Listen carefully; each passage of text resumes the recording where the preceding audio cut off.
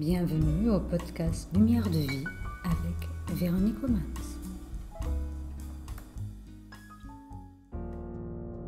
Le nettoyage des écuries d'Augias. Dans le lieu de paix, celui qui préside déversait le rayonnement de sa pensée élevée. L'instructeur s'approcha. La flamme unique doit illuminer les autres, affirma celui qui préside. Qu'il en soit ainsi, dit l'instructeur. Ayant allumé sa propre lampe, Hercule doit maintenant apporter la lumière aux autres. Peu après, il appela Hercule. La roue a tourné 11 fois. Tu es maintenant devant une autre porte. Tu as longtemps poursuivi la lumière qui vahissait tout d'abord, puis grandit jusqu'à devenir un phare sûr et qui maintenant brille pour toi comme un soleil resplendissant. Tourne le dos à son éclat. Reviens sur tes pas. Retourne vers ceux pour qui la lumière n'est qu'un point et aide-les à l'intensifier. Dirige tes pas vers Augias, dont le royaume doit être nettoyé d'un mal très ancien.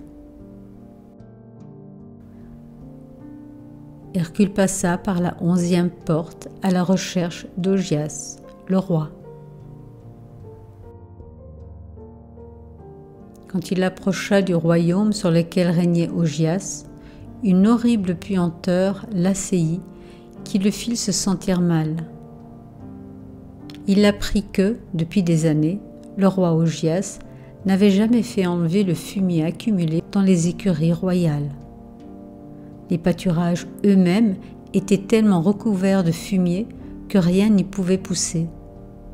Par conséquent, une pestilence mortelle s'étendait à tout le pays, causant des ravages en vie humaine.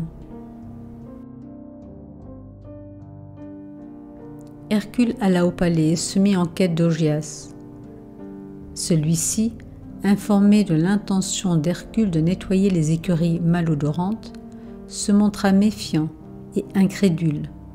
« Vous dites que vous voulez accomplir cette tâche énorme sans récompense ?» dit le roi soupçonneux. « Je n'ai pas confiance en ceux qui se vantent ainsi. Vous avez combiné un plan astucieux pour m'enlever mon trône, ô Hercule. Je n'ai jamais entendu parler d'hommes qui cherchaient à servir le monde sans récompense. Au point où j'en suis, j'accueillerais n'importe quel fou qui chercherait à m'aider. Mais il faut conclure un marché, afin qu'on ne se moque pas de moi comme un roi fou. Si en un seul jour vous accomplissez ce que vous avez promis, 1/10 de mon grand troupeau de bœufs sera à vous. Mais si vous échouez, votre vie et votre destin seront entre mes mains. Je ne pense pas que vous puissiez réaliser ce dont vous vantez, mais vous pouvez essayer. » Hercule quitta alors le roi. Errant à travers les lieux malodorants, il vit passer une charrette pleine de cadavres, les victimes de la pestilence. Il remarqua que 2 rivières, l'Alphée et le Péné, coulaient tranquillement à proximité. Alors qu'il se tenait sur les rives de l'une d'elles, la solution de son problème jaillit dans son esprit. Avec force et décision, il travailla. Par ses efforts, il réussit à tourner ces 2 rivières du cours qu'elle suivait depuis des décennies. Elles furent contraintes à déverser leurs eaux à travers les écuries pleines de fumier. Leurs flots impétueux entraînèrent les immondices et si longtemps accumulés. Le royaume fut purgé de toute cette atmosphère fétide. En un seul jour, l'impossible tâche fut accomplie.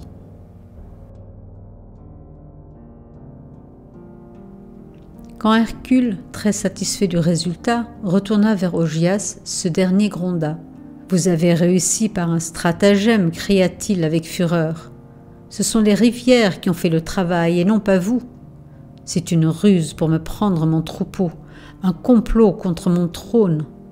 Vous n'aurez pas de récompense. Sortez, allez-vous-en, avant que je vous raccourcisse d'une tête. » Ainsi le roi chassa Hercule et le pria de ne plus jamais remettre les pieds dans son royaume sous peine de mort.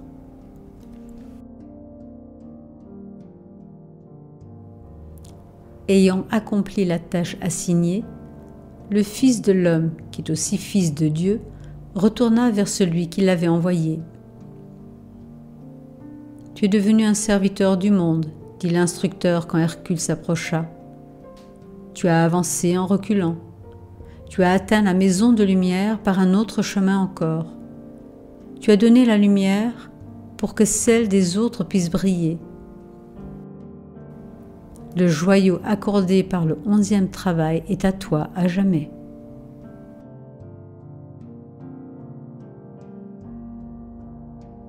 Explorons la symbolique. En tant qu'initié, on demande à Hercule d'être au service de l'humanité en effectuant ce travail apparemment sale.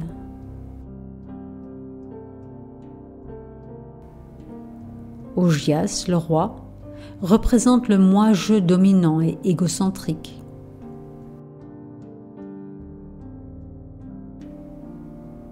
Le troupeau de bœufs est l'humanité ignorante et pas autoresponsable, se laissant guider par le moi-je égocentrique.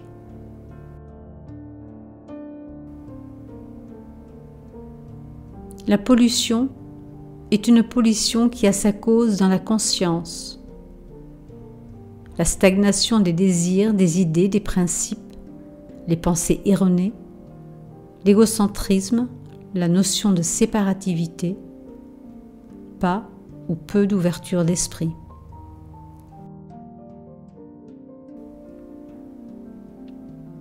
Les deux rivières. Alphée représente l'eau de vie, Péné, la rivière de l'amour. Quand nous vivons dans la conscience individuelle et donc dans la séparativité, les deux rivières sont séparées.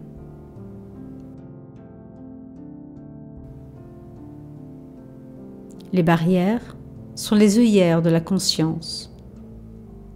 Notre conscience limitée, centrée sur soi et séparative. Elle nous empêche d'avoir une vue d'ensemble.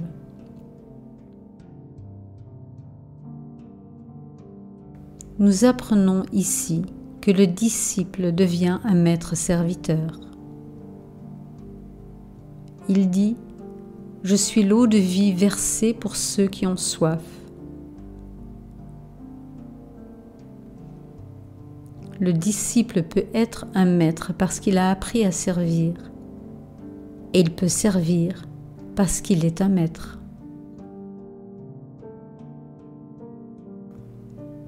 Dans ce travail, Hercule accomplit 3 choses qui caractérisent les vrais initiés. Le premier, le service désintéressé, la conscience décentrée de soi et orientée vers le tout. Le service devient un acte naturel, sans effort ni attente de récompense. En deuxième, un travail pour le groupe, l'oubli de sa propre volonté pour le bien-être de la communauté. En troisième, l'abnégation. L'âme de l'ensemble est reconnue comme plus sacrée que la personnalité ou l'âme individuelle. Il nous faut apprendre à nous fondre dans l'humanité, de perdre notre identité pour le bien commun, tout en conservant notre identité spirituelle. C'est le véritable don de soi. Nous ne pouvons pas trouver des solutions à une conscience polluée sans casser les barrières et accéder à une conscience plus élevée, ce qui permet d'élargir la vue d'ensemble. La pratique de la méditation aide à accéder à une conscience toujours plus élevée. Albert Einstein disait « Un problème créé ne peut être résolu en réfléchissant de la même manière qu'il a été créé. »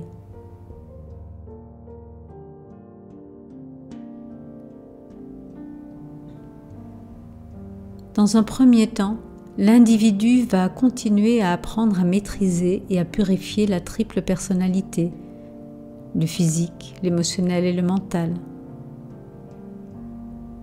Par la pratique de la méditation, il va continuer à faire croître la présence en soi et ainsi élargir sa conscience. Il va reconnaître qu'il fait partie d'un collectif avec un désir d'union, rejetant l'égocentrisme et la séparativité. Il va apprendre à donner sans demander en retour, même si le retour est ingrat. Et il va acquérir une juste répartition du bien commun.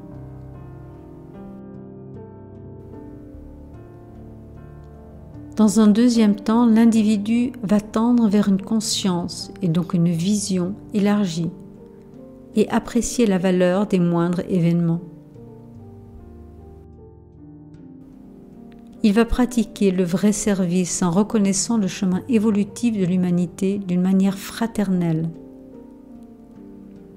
Nous sommes tous de la même source, évoluant vers un même but. Il va apprendre à être dans le juste don immédiat et illimité, que ce soit au niveau matériel, affectif ou spirituel. À être dans l'abnégation de soi et à pratiquer le don de l'énergie et de l'amour sans calcul, anonyme ou discret. Il va tendre à vivre fraternellement par la pratique de faire comme si.